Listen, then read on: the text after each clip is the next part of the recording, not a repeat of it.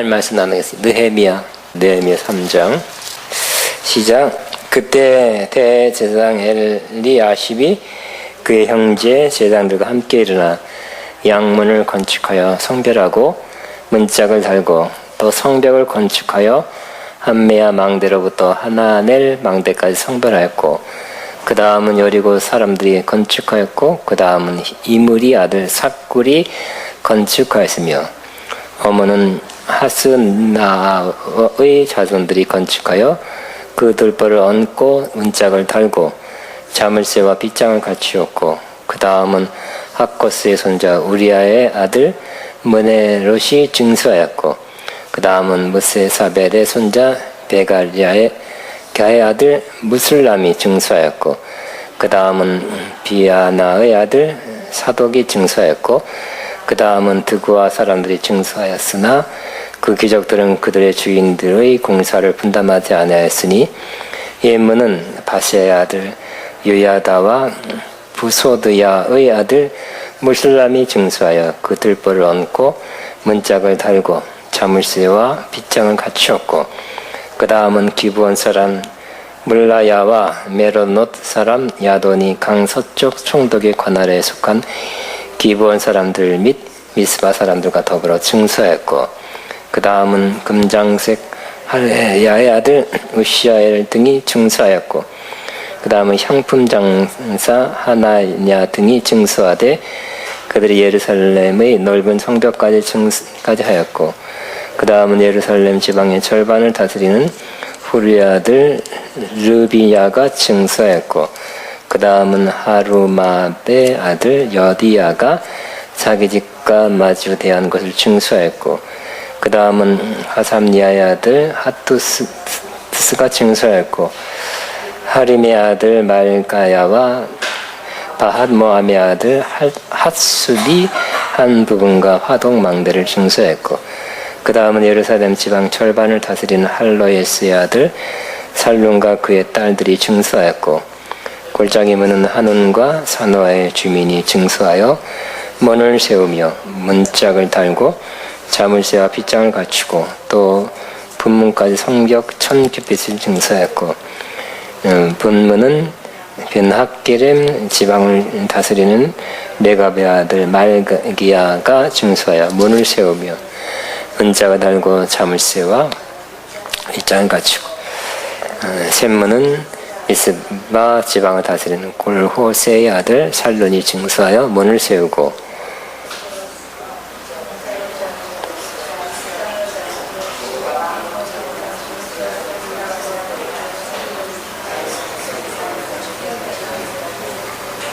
그 다음은 벳슬 지방 절반을 다스리는 아스북의 아들 느헤미야가 증수하여 다윗의 묘실과 마주 대한 곳에 이르고 또 파서 만든 못을 지나 용사의 집까지 이르렀고 그 다음은 레위 사람 바니의 아들 르붐이 증수하였고 그 다음은 그일라 지방을 제 절반을 다스리는 하사비아가 그 지방을 대표하여 증수하였고 그 다음은 그들의 형제들 가운데 그일라 지방 절반을 다스리는 에나닷의 아들 바웨가 증수하였고 그 다음 미스와를 다스리는 예수아의 아들 에셀릭 한 부분을 증수하여 성 그 위에는 군기고 맞은편까지 이르렀고 그 다음은 하코스의 손자 우리아의 아들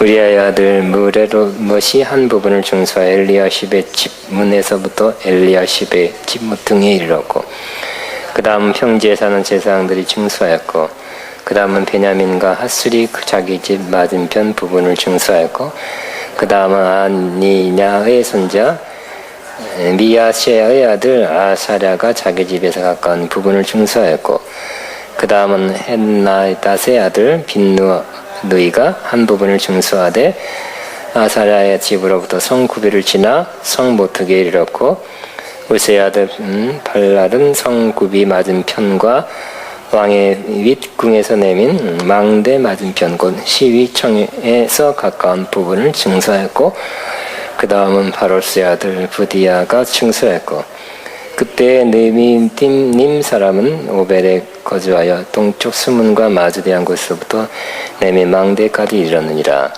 그 다음은 드고아 사람들이 한 부분을 중수하여 내민 큰 망대와 마주대한 곳에서 오벨 성배까지 이르렀느니라. 마문 위로부터 제장들이 각각 자기 집과 마주대한 부분을 중수하였고, 그 다음은 임멜의 아들 사독이 자기 집과 마주한 부분을 중수하였고, 다음은 동문지기 스간의 아들 마야가 중수하였고, 그 다음은 셀라야의 아들 하나야와 살람의 여섯째 아들 하느니 한 부분을 중수하였고, 그 다음 베게라의 아들 무술람이 자기의 방과 마주 대한 부분을 중수하였고, 그 다음은 금장색 말기야가 함밋닷갓 문과 마주대한 부분을 중수하여 느디님 사람과 상인들의 집에서부터 성모특이 성루에 이르렀고, 성모특이 성루에서 양문까지는 금장색과 상인들이 중수하였느니라. 아멘. 자, 느헤미야는 결과적으로는 역사적으로 성벽을 건축하는 일을 느헤미야가 잘 마쳤다는 얘기죠.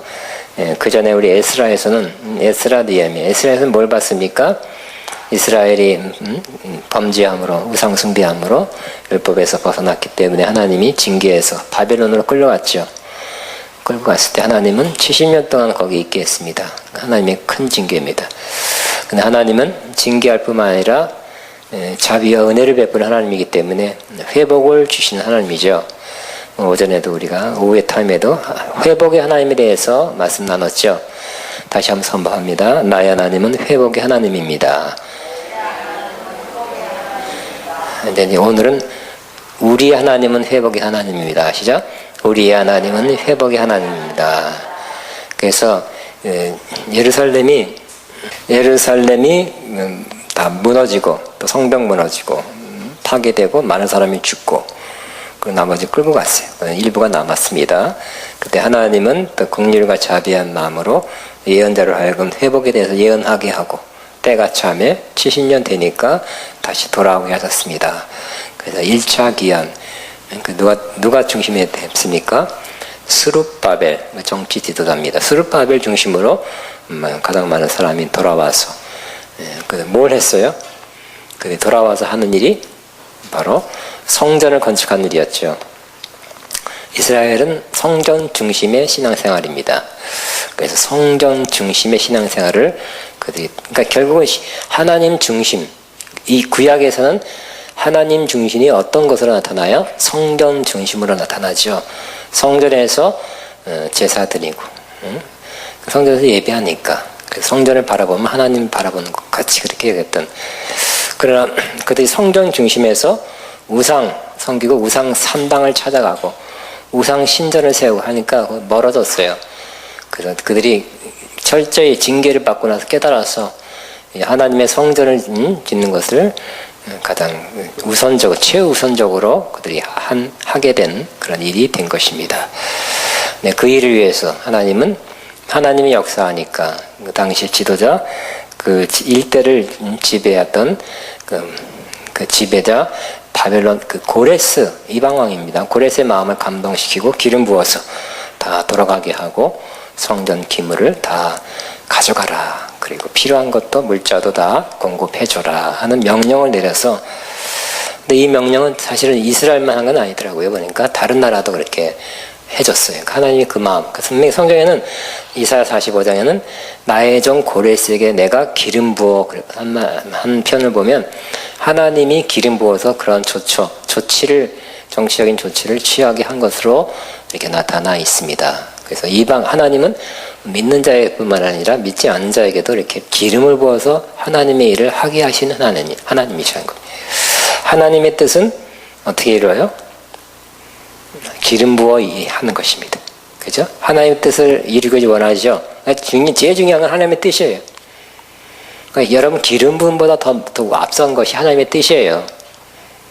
아멘입니까? 저는 항상 기름 부음보다는 하나님의 뜻이, 그러니까 하나님의 뜻은 역시 말씀이고 하나님 성이고 하나님의 뜻보다 기름 부음보다 앞선 것이 하나님의 뜻이에요. 그때 하나님의 뜻을 구하는 것이 기름 부음을 먼저 구하지 말고 하나님의 뜻을 구하시기 바랍니다. 그러면 하나님이 기름 부어 그 일을 하게 하시는 것입니다. 거꾸로 되면 안 돼요. 기름 부음이 먼저고 기름 부음 쳐서 뭐 할까? 그러면 안 돼요. 그제 와서 뭐 할까가 하면 안 돼요. 하나님의 뜻이 중요하고 순종하려고 하면 하나님이 기름 부어 그 일을 하게 하시는 것입니다. 두 가지가 다 꼭 있어야 되는 거예요. 두 가지가 꼭 있어야 되는 거예요. 하나님의 뜻, 또 그걸 이루기 위한 하나님의 성령의 기름 부음. 하나님께서는 고레스에게 기름 부어서 그 일을, 이스라엘을 회복시키는 그 일을 하셨는데 이방 왕을 사용해서 그 일을 하셨습니다. 그래서 스룹바벨 중심으로 귀환하죠. 먼 길을 걸어서 수개월 걸려서 걸어왔겠죠. 짐 싸갖고 메고 걸어서, 응? 우리나라 6.25 때 피난 갔듯이 그보다 훨씬 더 부산까지 430km, 450km밖에 안 되지만 1500km 이렇게 이상을 그다음에 좋지 않은 길에 다 걸어서 솥단지 메고 이렇게 이불 싸들고 옷까지 싸들고 다 그렇게 왔겠죠. 와서 첫 번째 한 일이 정리한 다음에 성전을 건축했죠. 어려운 일입니다. 반대도 있었고요, 회방도 있었고, 또 거기 사는 사람도 있고 텃세도 있었고 다. 그러나 하나님이 하게 하신 일, 하나님 하게 하신 일에 순종한 스룹바벨 및 그 사람들을 통해서 성전이 이루어지게 된 것입니다. 그래서 모세의 성막, 다윗의 장막, 그 다음에 스룹바벨 성전이 세워지게 된 것입니다. 그 다음에 솔로몬의 성전, 그 다음에 스룹바벨 성전, 그 다음엔 헤롯 성전이겠죠. 근데 스룹바벨 성전은 솔로몬의 성전보다는 너무 규모가 작고 화려하지 않죠. 솔로몬 성전은 크고 당시에 제일 좋은 자재를 쓰고 백향목, 금으로 곳곳에 금이에요. 그러니까 화려하고 그냥 구경 가고 싶은, 요즘 같으면 관광 코스가 있을 거예요. 전 세계에서 너무 아름답다. 그냥 스룹바벨 성전은 그렇게 크지 못했어요. 그래서 노인들, 그 솔로몬의 성전을 봤던 사람은 털을 쌓는 걸 보니까 그냥 나오잖아. 털을 쌓는 거 보면 건축이 이렇게 몇 평 올라간다는 걸 아니기 때문에 울었다 그랬어요. 울었다. 왜? 솔로몬의 성전의 그 영광스러움보다는 너무 추하기 때문에. 그렇지만 중요한 것은 크면 좋지만 형편상 사정상 그게 안 되잖아요. 하나님의 성전이 세워진다는 것이 중요한데 그 일을 이루게 된 것입니다. 그 다음에 누가 왔어요? 그 다음에 그 성전이 세워졌지만 뭐가 필요했어요? 그 사람들 건물만 세우면 중요한 게 아니잖아요. 그죠? 건물에서 제사를 지내고 유월절 지키고 그런 건 다 신앙 회복으로 중요하지만 그런 걸 했어요. 의식, 하나님 율법에 행한 그런 의식을 행했어요. 중요한 겁니다. 그러나 가만히 보니까 거기에 많은 그냥 의식으로 하지 못하는, 의식으로 개혁 못할 요소가 많이 있어요. 왜냐하면 이미 거기 돌아온 사람들이 높은 사람부터 낮은 사람까지 이방 여자와 결혼하고 있었다. 그러니까 그 당시에 율법 시대에는 이방 여자와 결혼하면 안 되잖아요. 우상 숭배하는 여자들과 결혼하는 것을 금했어요. 성경에 금했어요. 그걸 이미 그렇게 하고 있어서 다 단호하게 이방 여자들을 보냈잖아요. 보내고 내부적인 그런 개혁을 한 것이 바로 에스라죠. 에스라. 에스라는 제사장이에요. 학자면 제사장이죠. 그 말씀을 가리키는 학자고 또 제사장이에요. 스룹바벨은 정치적 지도자고. 그러니까 두 번째는 제사장이 와서 신앙개혁을 한 신앙개혁. 말씀대로 율법대로 읽고 지키게 하고, 그리고 잘못된 건 할 수 없다가 아니라 단호하게 보내고. 어려운 거잖아요. 그죠? 이미 살고 있는 이방 여자들을 다 보낸 거예요. 하나 성경대로 해야 된다. 말씀대로 해야 된다. 그러면 그 다음에 에스라 다음에 느헤미야는 어떤 일을 했냐면 성전이 건축됐고 예루살렘이 회복됐지만 예루살렘을 둘러싸고 있는 성벽을 다시 일으킨 것입니다. 세운 것입니다. 그러니까 옛날에는 성벽이 중요했죠. 우리나라도 남대문, 동대문 하듯이 우리나라 동대문, 남대문 이렇게 하면 그렇게 크지 않아요.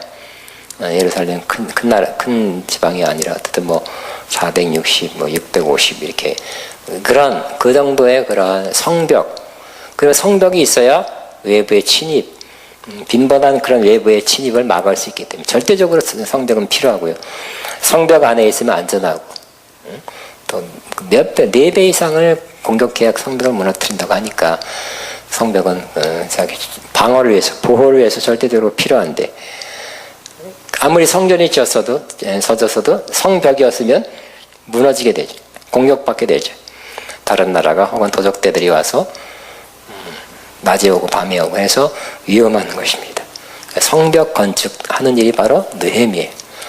느헤미야 선대, 바로 그때 쓰임받은 사람이 누구예요? 바로 느헤미라는 것이죠. 느헤미는 어떤 사람이에요? 이 페르시아 시대, 바사 시대의 술관원장, 그러니까 높은 사람, 왕의 측근 중에 한 사람, 그러니까 말하면 고위직이었어요. 근데 그 당시에 이 페르시아가 그 나시 때문인지 성이, 그러니까 수도가 3명, 3군데 있어 돌아가면서 서울에 있다가 대전에 있다가 뭐 세종시에 있다가 이렇게 하듯이 돌아다니면서 왕이 그렇게 통치하는 그때 자기 친동생과 몇 사람이 찾아와서 고향 소식을 전했는데 들어보니까 기가 막히죠. 어떻게 됐냐? 우리 고향 예루살렘 어떻게 했냐 물어보니까 그때 사람들이 많이 죽었고 끌려가고 불탔고 성전이 무너졌고 성벽이 무너졌고 폐허가 됐다고. 조금만 남았다. 그 소리를 듣고 막 슬펐고, 수일 동안 금식하면서 기도했다 그랬죠. 기도한 내용이 1장 후반부까지 나옵니다. 그런데 이제 왕이 수산성, 이 느헤미야가 있는 제일 큰 도시에 다시 돌아와서 이렇게 통치를 하는데, 그때 왕의 측근이기 때문에 술 따라주는데, 아무나 술 따라주면 안 되겠죠, 그죠? 거기다 뭐 독일에서 섞으면 안 되잖아요. 그러니까 측근들만 술을 따라주는데, 그때 왕이 그 느헤미야 얼굴 보니까 수심이 가득했어. 당시에 수심이 가득한 채로 왕 앞에 있으면 바로 죽지 않으면 큰 중벌이에요.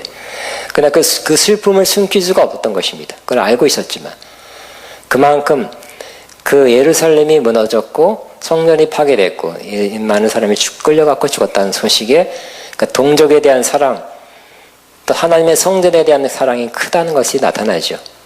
안타깝다, 안 됐네 하고 끝난 게 아니라 그 동족과 하나님의 그 성전에 대한 그런 사랑하는 마음이 너무 크다는 걸 알 수 있죠. 그것이 무너졌다니까, 또 동족이 또 잡혀갔다니까, 많이 죽었다니까, 그 슬픔을 몇 달간 그것이 해소가 되지 않았어요. 그러면서 계속 기도해왔어요. 금식하며 기도했어요. 수심이 보였어요. 그래서 물어봤죠. 그랬더니 조심스럽게 얘기하고. 근데 그 몇 달 동안의 그 기간이 있어요. 몇 달 동안의 기간 동안 느헤미야가 뭐 했다고요? 기도했다는 걸 알 수 있죠. 기도. 그러니까 느헤미야는 그런 요즘 말과 같으면 주님 혹은 주님의 일, 주님의 나라, 그리스도의 몸된 교회에 대한 큰 사랑이 있다는 걸 알 수 있는 거죠. 이스라엘 같으면 자기 동족, 성전, 예루살렘에 대한 마음이 있었듯이 저와 여러분이 오늘날 주님 앞에 쓰임받기 위해서는 그리스도의 몸된 교회, 또 성도들, 하나님의 나라에 대한 큰 마음, 사랑하는 마음, 잘 되면 너무너무 기뻐하고 안 되면 너무너무 슬퍼해서 그냥 그것이 몇 달 동안 지속하는 그런 마음이 중요해요.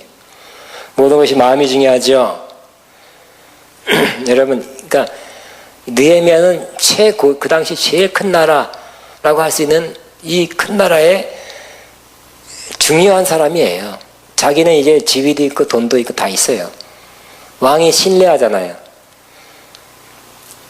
근데 그건 어떤 면에서 세상적이잖아요. 세상적인 건 있지만 더 중요한 거, 하나님 나라, 주의 성전, 그리스도의 몸된 교회, 그리스도의 성도들이 어렵고 힘들다 하면 너무너무 괴로운 거. 몇 달간 그 마음의 슬픔을 감출 수 없는 그런 마음.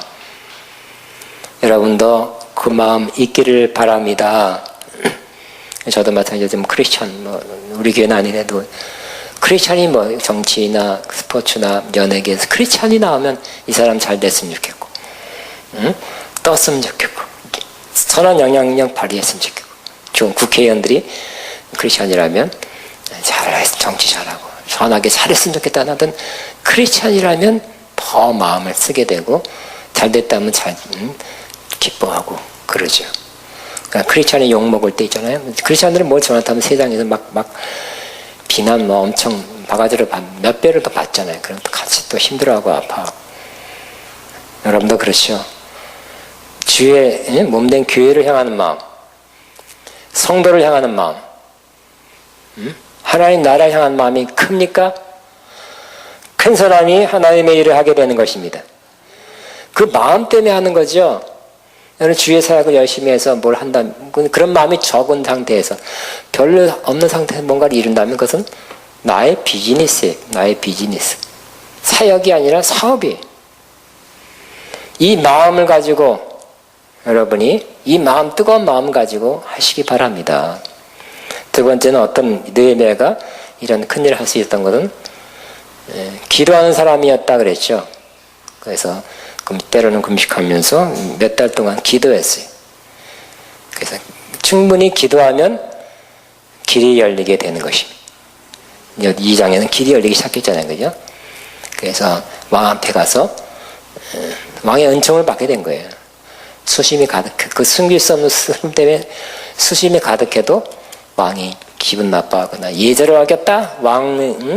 이 왕실 법도를 어겼느니라? 그러지 않고 물어보고 관심을 갖고 뭐 말해봐라 하고 오히려 그렇게 말하게 해서 느헤미야의 말을 들으려 하는 마음을 가졌던 것이 아마 기도해서 그런 것 같아요. 근데 기도하고 나니까 느헤미야가 말을 잘하게 되죠. 우리 가서 우리 여호와 신앙인데 여호와 신앙의 그 성전이 무너졌습니다. 예루살렘이 이렇게 얘기하지 않고 우리 집안에 조상들의 묘실이 있는 그거 예루살렘 거기가 무너졌습니다. 다시 다시 고쳐야 됩니다 하고 말을 조금 바꿨어요. 틀린 말은 아니지만 지금 이 아닥사스다 왕이 자기 종교가 따로 있잖아요. 근데 내가 종교적인 문제 때문에 가겠습니다. 안타깝니다. 이렇게 슬퍼합니다. 그러면 그러냐? 큰 감동이 없었을 거예요. 그러나 공감대는 뭐예요? 인류가 갖고 있는 믿지 않는 사람, 다른 종교인이라 할지라도 공감대는 있을 거 아니에요. 뭐예요? 조상, 부모, 이런 건 똑같이 그냥 그래 그러잖아요. 그죠? 여러분 안 믿는 사람 불교인이라도 부모에 상당했습니다. 그럼 가라 그러잖아요. 그죠? 그래서 종교적 문제로 집에 갔다 오겠습니다. 그러면 하고 막 뭐라 그럴 거예요. 말을 조금 살짝 바꿨어요. 지혜로운 거죠. 기도한 사람은 하나님이 지혜를 주십니다. 시작. 기도한 사람에게 하나님이 지혜를 주십니다. 그래서 이렇게 말을 잘했어요. 그리고 또 그 타임을 놓치지 않았잖아요. 그죠? 그 시간, 언제 또 이런 개인적인 시간 가질지 모르니까 다다다닥 기도한 하나님께로 받은 것을 이제 왕이 나에게 은총을 베푸신다면 내가 가서 다시 한번 세우고 올 수 있도록 허락해 주시고 갈 때 통과 여러 나라를 통과해야 되니까 왕의 친서를 써서 증을 해서 다 통과할 수 있도록 또 나무 잘 성벽 건축하고 사택 이런 걸 다 준비할 수 있도록 나무 관장하는 산림촌장에게 써줘서 나무를 잘 내줄 수 있도록 해 주옵소서. 다행히 왕이 그래라 허락을 했잖아요. 허락을 해서 무사히 방해를 받지 않고 또 호위병까지 지원받아서 예루살렘에 오게 된 것입니다. 와보니까 어떻게 했어요? 벌써 이제 사람 소문이 났고요. 여기 10절에 2장 10절에 호론 사람 산발랍과 종이었던 암몬 사람 도비아가 이스라엘 자손을 흥하게 하려는 사람이었다함을 듣고 심히 근심하더라. 2장입니다.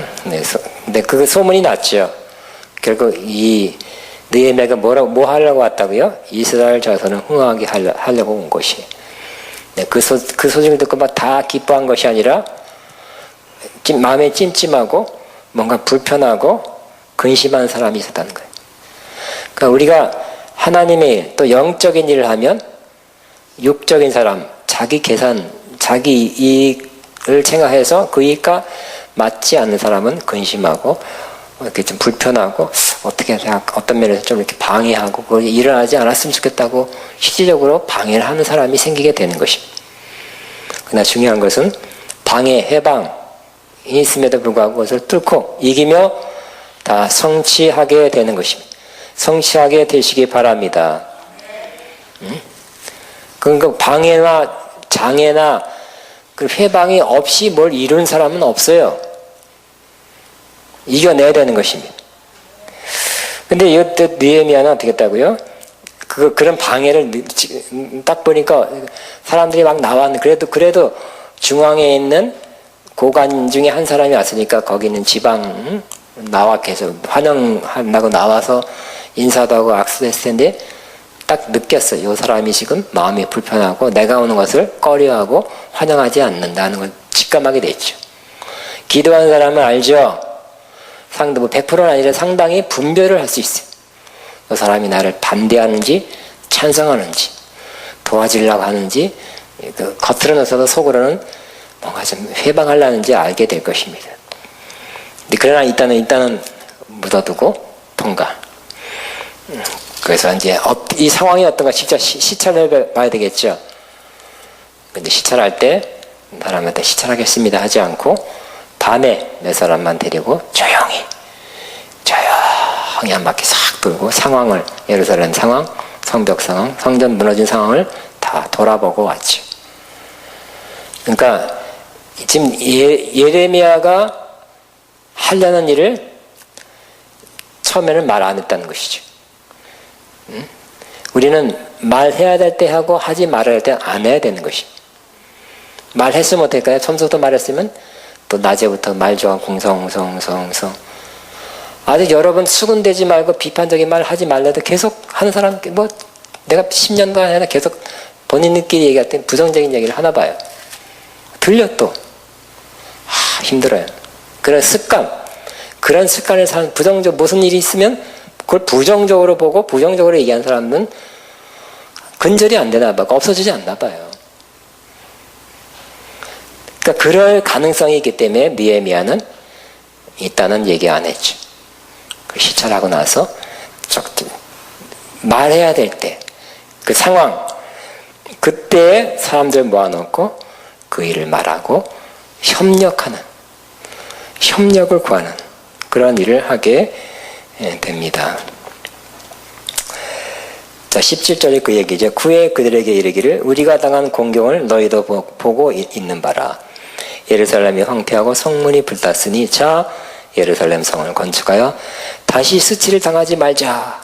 그러니까 왜 자기가 왔고 뭘 해야 되는지 왜 해야 되는 이유를 분명하게 전한 상황이 되고 분명하게 메시지를 전하니까 또 18절에 그들에게 하나님의 선한 손이 나를 도우신 일과 왕이 내게 이른 말씀을 전하였더니 즉 하나님이 이때까지 나를 이렇게 인도하셨고 여기까지 이렇게 도와주셔서 왕한테 금방금방 확실한 도움과 협조를 받았고 또 왕이 조서를 써서 내게 잘 갔다 오라 말을 다 협력한 일을 딱 말하니까 그들이 어떻게 했다고요?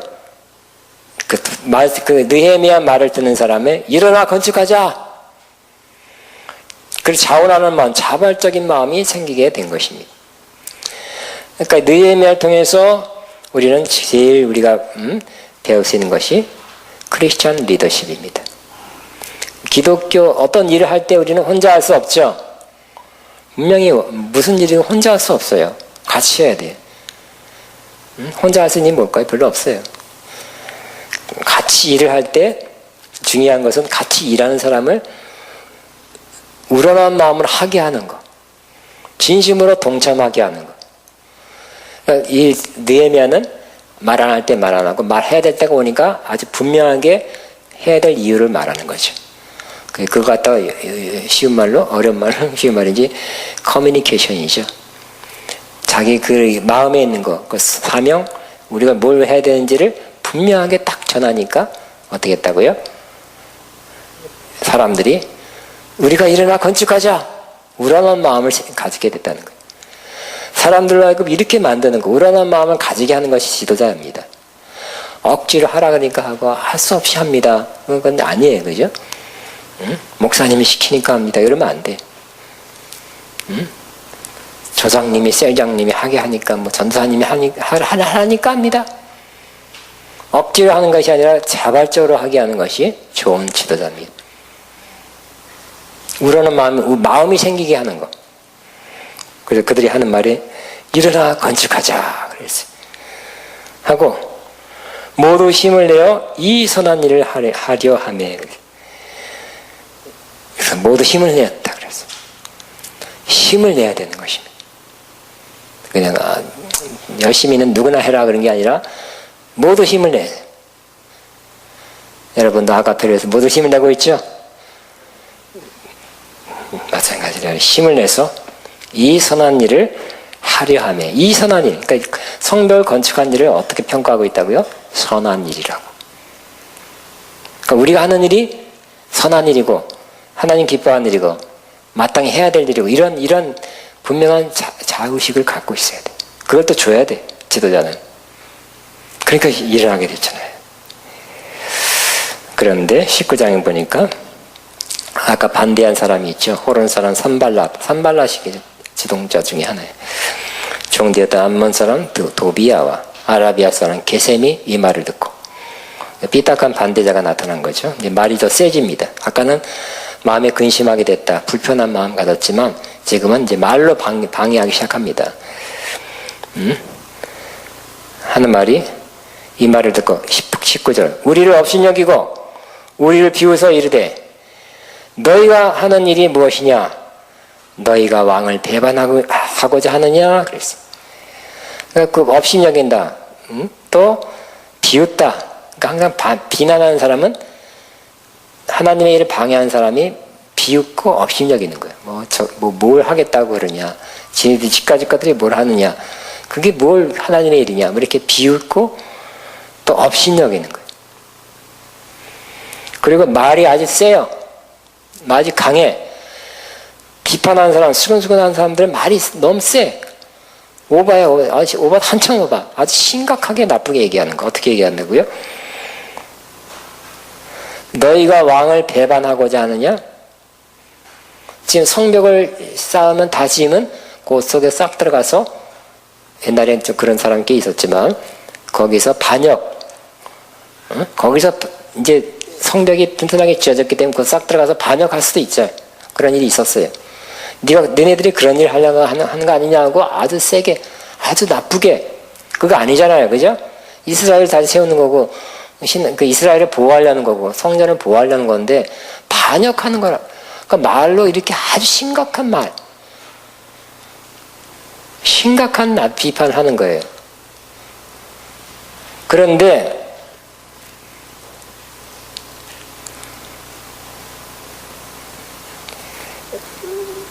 이 느헤미야의 그 반응이 아주 또 좋습니다.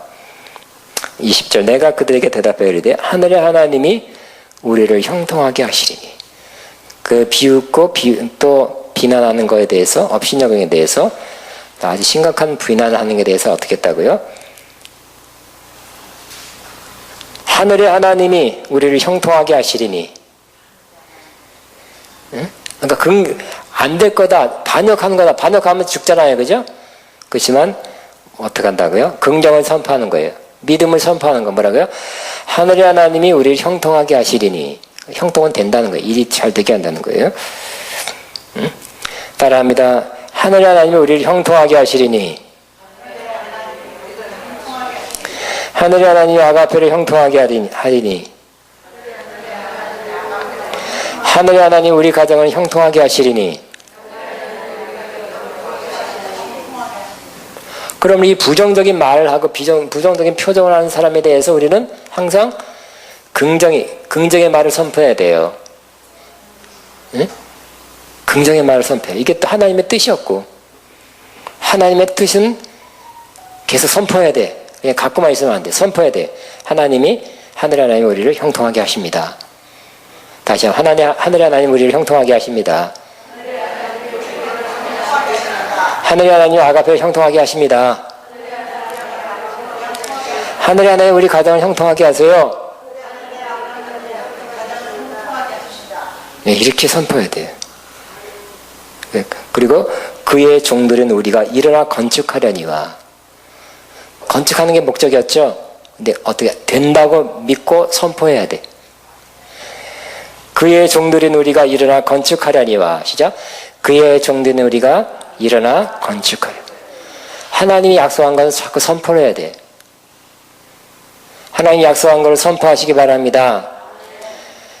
근데 하나님 여러분이 약속했거나 성경에 혹은 또 예언으로 뭐 여러분 응답받는 거를 하나님이 이렇게 약속했는데 시간이 지나면 어떻게 될까요? 그거에 대한 믿음이 조금씩 떨어지죠. 그죠? 조금 떨어져요. 그리고 조금 더 있으면 어떻게 될까요? 더 조금 떨어지고요. 거기다가 누가 막 뭐라 그러면 막 비난하고 또 막 위협은 강하고 수근수근거리면 믿음이 더 떨어져. 그럼 내 입도 가만히 닫아버리면 어떻게 될까요? 믿음이 더 떨어지는 거예요.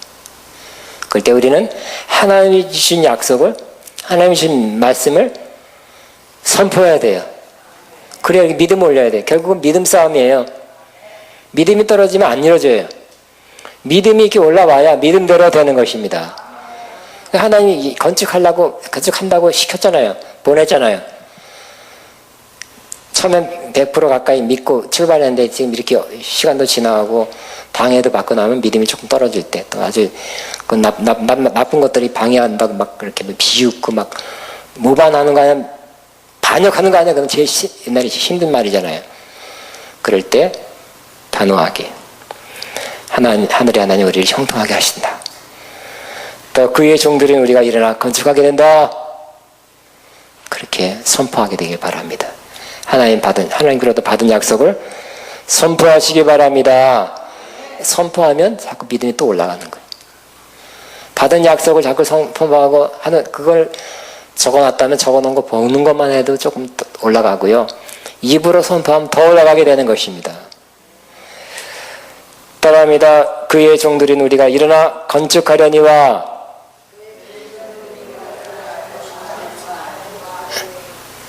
우리는 건축하는 게 지금 당장 우리의 목적이 아니니까 다른 거로 바꿀까요? 그의 종들인 우리가 승리하게 되거니와. 시작. 그의 종들인 우리가 승리하게 되려니와. 승리를 선포해야 돼. 아가페가 어쩌고 그런 거 들었어요. 응? 그러니까 여러분은 아가페 주신 하나님의 약속을 선포하면 되는 거예요. 그죠? 이전에 주신 약속이 어렵다고 힘들다고 안 이루어지는 것이 아니라 그 과정을 통과한 후에는 반드시 된다고 믿고 선포해야 되는 것입니다. 하나님이 주신 약속은 하나님이 성취하죠. 하나님이 하시죠. 중간에 좀 어려울 거, 중간에 우리가 좀 흔들렸을 뿐이지 하나님의 약속은 그대로 이루어진다. 그럼 아가페를 향한, 또 여러분 개인을 향한, 또 여러분 가정을 향한 하나님의 약속은 이루어진다고 선포해야 될 것입니다. 그래서 우리는 일어나 하나님의 종들인 우리가 건축하게 된다. 승리하게 된다. 더 좋아. 하나님의 약속 그대로 된다. 대학원, 대학, 기독교 종합대학 뭐 다 이루어진다. 재정의 축복 다 이루어진다. 우리 계속 선포하는 게 그게 우리가 계속 선포하잖아요. 그죠?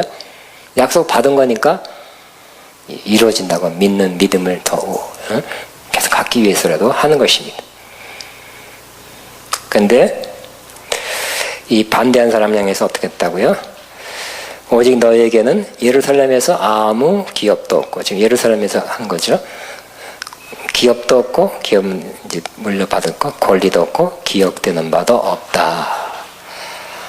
그러니까 이게 역시 느헤미야는 좋은 지도력 가운데 자질 중에 하나가 담대함이 있죠. 원수, 방해자에 대해서 그가 그런 말을 했다고 해서 상처받아가지고 힘들어하고 방에 콕 가 있는 게 아니라 담대하죠. 하나님께서 한 듯이 우리를 건축하게 한다. 형통하게 한다. 그리고 당신들 이렇게 비난하고 비웃고 심한 말 하는데 당신은 여기 우리가 하는 예루살렘에 하는 일에 대해서 뭐도 없다고요? 기업도 없고 권리도 없고 기억되는 바도 없게 될 것이요. 그래서 그 말 듣고 힘들어하고 집에서 방콕하고 있고 힘들어하고 며칠 동안 못 나오고 그런 게 아니라 그것이 있었어도 그대로 뚫고 나가는 담대함, 저와 여러분이 꼭 있게 되기를 바랍니다. 아멘. 근데 우리가 이것도 마찬가지. 우리가 너무 엘리야처럼 너무 피곤하고 지친 상태에 있으면 그 말이 비수처럼 꼭 치는 거예요. 엘리야도 하나님의 선지자지만 그래서 광야로 도망가 죽여달라 그랬잖아요. 그다음에 영적인 컨디션, 육적인 컨디션 잘 유지하면서 성령 충만하고 우리가 하나님의 전신갑주를 늘 입고 있으면 어떤 말이 와도, 이렇게 심한 말이 와도 그게 탕 튀겨나갈 것입니다. 안 그러면 팡 꽂혀요. 작은 말 하나가 꽂힌 사람이 있어요. 그거 별거 아닌데 큰 말도 안 꽂히는 사람이 있어요. 이처럼 옛날에 그 반역이다 한 말이 얼마나 센 말이에요. 이 사람이 또 저 중앙정보에다 또 이렇게 뭐 써서 민원 올릴 수도 있잖아요. 그러면 또 왕이 어쨌든 가끔 반역이 일어나니까 민감해서 취소해라, 잡아들여라 할 수도 있잖아요. 그 심한 말을 들었어도 이 느헤미야가 상처받았던 말이 없네요. 상처받지 맙시다. 상처는 또 받게 돼 있어요. 마음이 약하고 몸이 약하고 힘도 피곤하면 할 수 있으면 더 충만하고 더 담대해서 그런 원수의 화살을 믿음의 방패로 막아내시기를 축복합니다. 믿음의 방패에 대해 설교했죠. 믿음의 방패를 드시기 바랍니다. 막아내시기 바랍니다. 튕겨나가게 하시기 바랍니다. 오늘 3장에서는 굉장히 많이 한장에 너무 많죠. 많고 내용이 많은데 그냥 중요한 것만 제가 하겠습니다. 많이 읽었지만 메시지는 많지 않을 것 같아요. 결국 예루살렘 성벽을 무너진 걸 보수하며 다시 증수하게 됩니다. 쌓게 됩니다. 쌓은 사람들의 명단이 나오고요. 어떻게 누가 어디 부분을 맡아 쌓았다는 내용이에요. 그러면서 그걸 전체적으로 볼 때 이스라엘 사람들이 돌아온 이스라엘 사람들 또 남은 이스라엘 사람들이 다 예루살렘에 살았냐 그건 아니거든요. 예루살렘만 사는 게 아니고 전역이 흩어졌잖아요. 그런 문제도 있었고요. 또 일부는 동참하지 않았어요. 그러나 이 동참한 사람은 기록에 남았어요.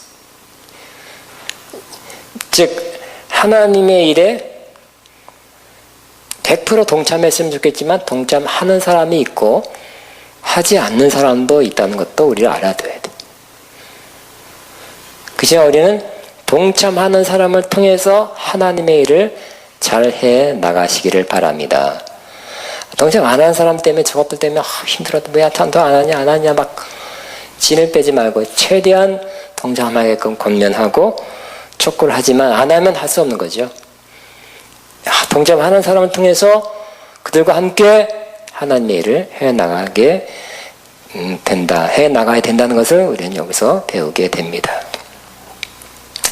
1절에 보면 그때 대제사장 엘리야십이 그의 형제 제사장들과 함께 일어나 양문을 건축하여 성별하고 첫 번째 대제사장이 나왔죠. 그러니까 제일 영향력 있는 사람 중에 한 사람인 대제사장이 동참했다는 것 때문에 이제 1절에 나왔어요. 그 명단 중에 양문 어디서 듣던 얘기죠. 요한복음 5장에 보면 베데스다 연못에 양문이 있잖아요. 그죠? 그 양문입니다.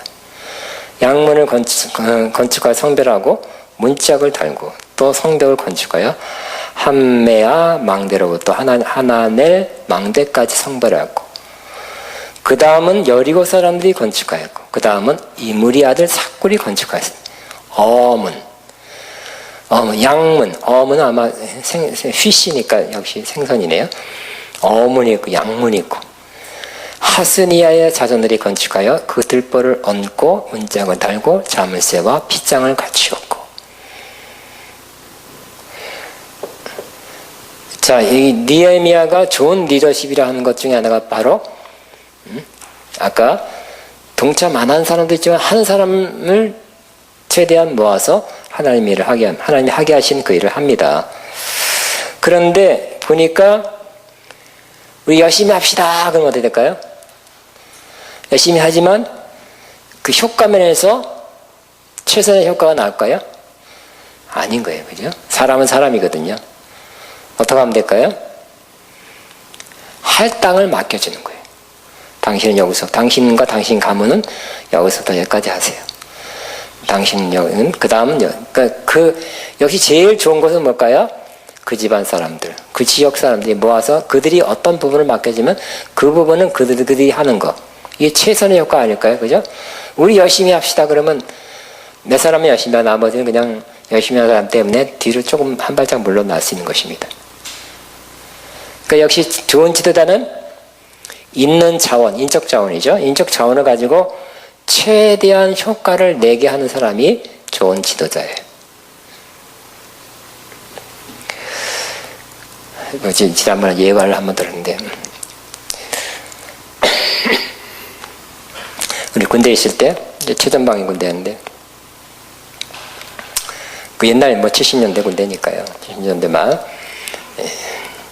그 최전방위 강원도 원통 서안인데 거기에 무슨 여름 겨울 가을 겨울만 되면 무슨 일을 해야 되냐면 긴 겨울 동안에 그 당시에는 이 화목 나무를 잘라서 빼찍가라고 난로에 뗐거든요.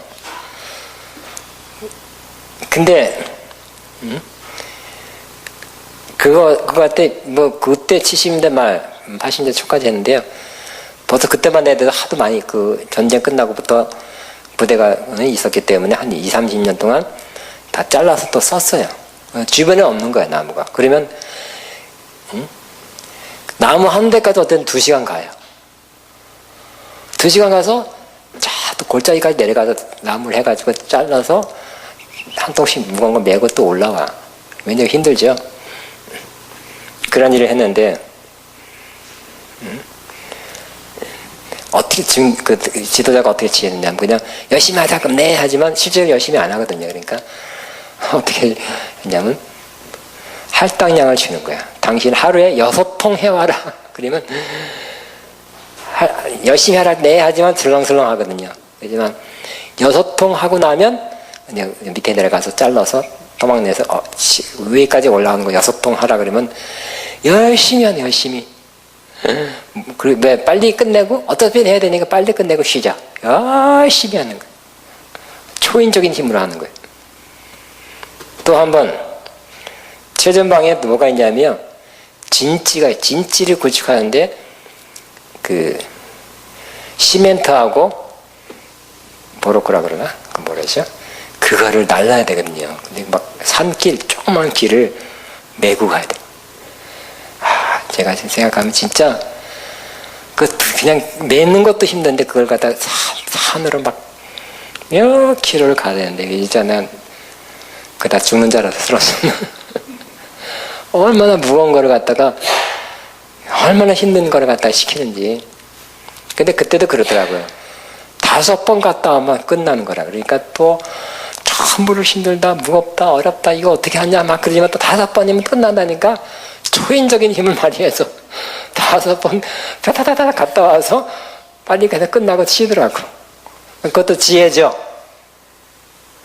이 느헤미야도 자기 가문별로 또 뭐 지방별로 일을 맡겨주니까 효과적으로 해서 잘 하게 되었다는. 결국 여러분 지금 예루살렘에 가면 통곡의 벽이라고 남아있죠, 그죠? 그러니까 그 벽이 가보면 굉장히 높아요. 그리고 그러니까 지금은 그 밑에가 있어요. 또 흙에 묻혀서 일부는 지하에도 있어요. 그래서 흙에 묻혔고 올라온 부분만 가서 밑에 가면 굉장히 높아요. 돌이 하나가 얼마나 큰지 모르겠어요. 그러니까 미스테리 어떻게 그걸 올렸는지. 근데 그것을 갖다 뭐 500m씩 막 이렇게 했으니까 굉장한 작업인데 이 일을 얼마나 걸렸을까요? 임친정 권사님. 얼마나 걸렸을까요? 대충 권사님 생각하기에. 계시 안 받아서 지금? 네? 얼마큼 많이? 예, 40일에 끝난 거예요. 굉장하죠, 그죠? 돌 하나를 못 엄청 큰 돌이라 뭐 이거 반만 원 볼도 있고 막 그래요. 그럼 어떻게 그거 올렸을까? 끝낸 거예요. 어쨌든 지도자는 자기에게 맡겨진 일을 가장 효과적인 방식으로 해내는 것입니다. 그렇게 되길 바랍니다. 또 결국 여기에 참여한 사람들의 명단이 쫙 적혀 있죠. 32절까지 누구 읽느냐고 굉장히 힘들었지만 그러나 여기 참석 안 한 사람, 참여 안 한 사람도 있어요. 그러나 여기 지금 다 기록해냈잖아요. 그죠? 대제사장 엘리야십 뭐 해가지고 쭉 이름이. 근데 하나님은 이 성령의 감동으로 기록되어 있죠. 하나님이 쓰게 하신 거죠. 하나님이 기록하게 하시고 다른 사람들 하여금 기억하게 하는 거예요. 하나님 주 안에서 우리가 수고한 거, 주님의 일에 동참한 거, 하나님이 기억하고 잊지 않고 기억했다가 반드시 갚아주실 것입니다. 이 이름은 다 좋은 이름이에요. 복된 이름이고요. 상 받을 이름입니다. 지금 우리가 뭘 해야 되는지를 지도자가 선포했어요.